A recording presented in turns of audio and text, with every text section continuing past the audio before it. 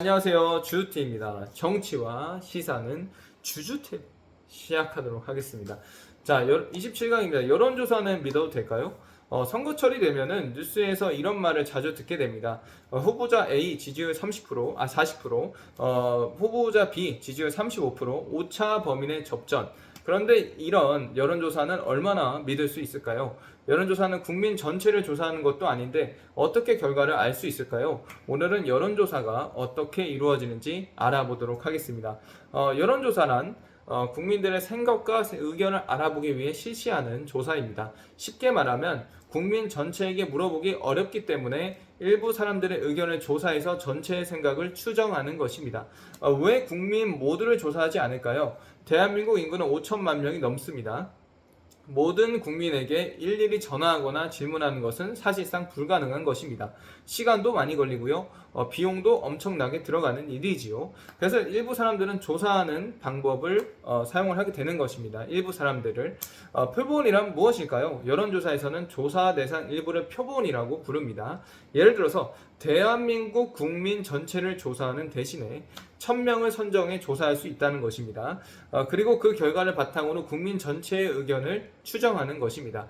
그럼 왜 1000명만 조사해도 되는 것일까요? 많은 사람들이 1000명으로 어떻게 5천만 명의 생각을 알 수 있지라고 궁금해합니다.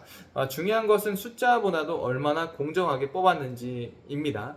성별이나 연령이나 지역이나 등을 골고루 고려해서 선정해야 된다는 것입니다. 이를 대표성이라고 합니다. 표본 오차란 무엇일까요? 여론조사에는 항상 오차가 있기 마련입니다. 왜냐하면 국민 전체가 아니라 일부만 조사했기 때문입니다. 이것을 표본 오차라고 합니다. 예를 들어서 후보 A가 40%, 그럼 후보 B가 38%라고 조사되었더라도 표본 오차가 플러스 마이너스 3%라면은 실제로는 차이가 거의 없을 수 있습니다. 그래서 뉴스에서 오차 범인의 접전이라는 표현을 사용하는 것입니다. 여론조사가 틀릴 수도 있을까요? 그럴 수 있습니다. 조사 시점 이후에는 민심이 바뀔 수도 있고요. 응답하지 않은 사람들의 생각이 다를 수도 있습니다. 그래서 여론조사는 미래를 예언하는 것이 아닙니다. 현재 시점의 여론을 추정하는 자료입니다. 여론조사를 볼 때 주의할 점은 첫 번째는 조사 기간을 확인하는 것입니다. 누가 조사했는지 확인해야 합니다. 두 번째는 조사 날짜를 확인하는 것이고요. 한 달 전 조사와 오늘 조사는 결과가 다를 수 있습니다. 세 번째는 표본수를 확인하는 것입니다. 몇 명을 조사했는지 살펴볼 필요가 있다는 것이지요. 네 번째는 오차 범위를 확인하는 것입니다. 지지율 차이만 볼 것이 아니라 오차 범위 아닌지 바뀐지 확인을 해야 되는 것입니다. 실생활 예시로 보면은 학교에서 급식 메뉴 선호도를 조사한다고 생각해 보겠습니다. 전교생 1000명 중에 50명만 조사를 했는데 모두 같은 학년이라면 정확할까요? 아니겠죠. 다양한 학년과 학생을 골고루 조사해야 실제 의견에 가까운 결과가 나올 것입니다. 여론조사도 같은 원리입니다.